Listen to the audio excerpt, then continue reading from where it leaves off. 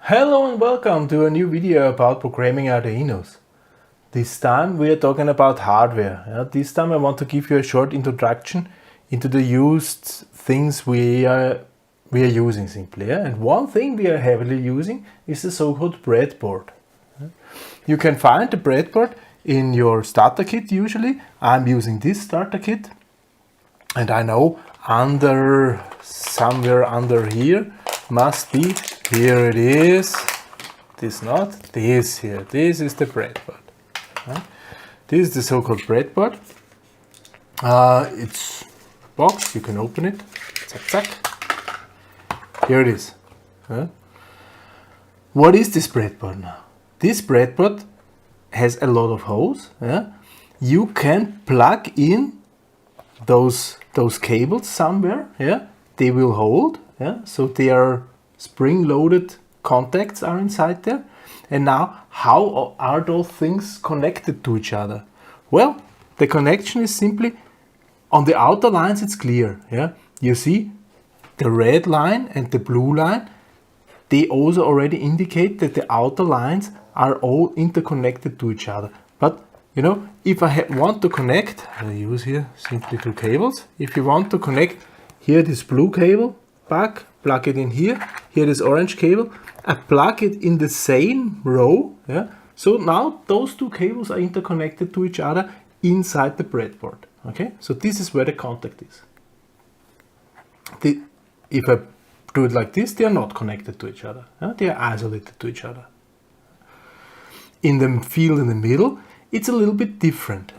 In the field in the middle, if you have a look at this, all lines are marked with numbers. So there's 1, 2, 3, 4, 5, and every 5 lines you see 25 and so on. All columns are marked with letters A, B, C, D, E.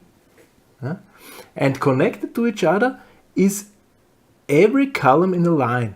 So 10A is connected to 10B, is connected to 10C, is connected to 10D, is connected to 10E. And that's it. Those 5 are connected to each other.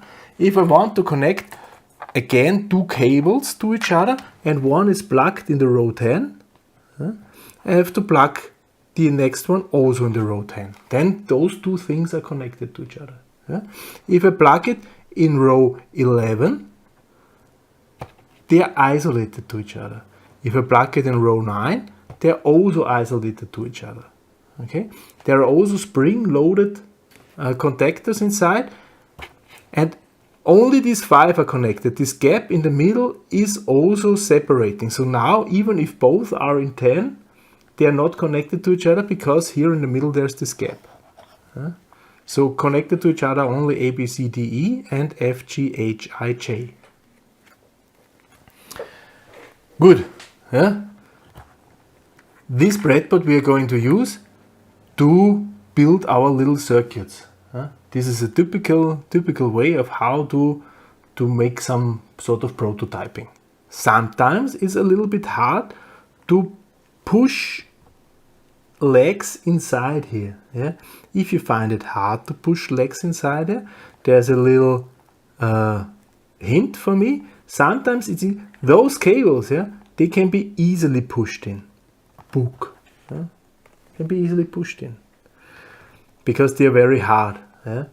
The legs of a, transistor or resistor, for instance, they are very soft. And sometimes you have troubles pushing them in. So you can place a cable, and in the hole next to it, you can try to push in the leg. Then it might be easier, because those spring-loaded contactors are already a little bit torn apart by this plug. Just a little hint, which maybe makes it easier for you. Okay, so that's the breadboard. If you are not sure how it's connected, here on the back of your bag you also have those lines, which show how this is connected to each other. So this is the first item, breadboard. Next thing I'm going to tell you is about a diode, a light emitting diode. Will then be in next video. for this time. Thank you very much for listening. Goodbye.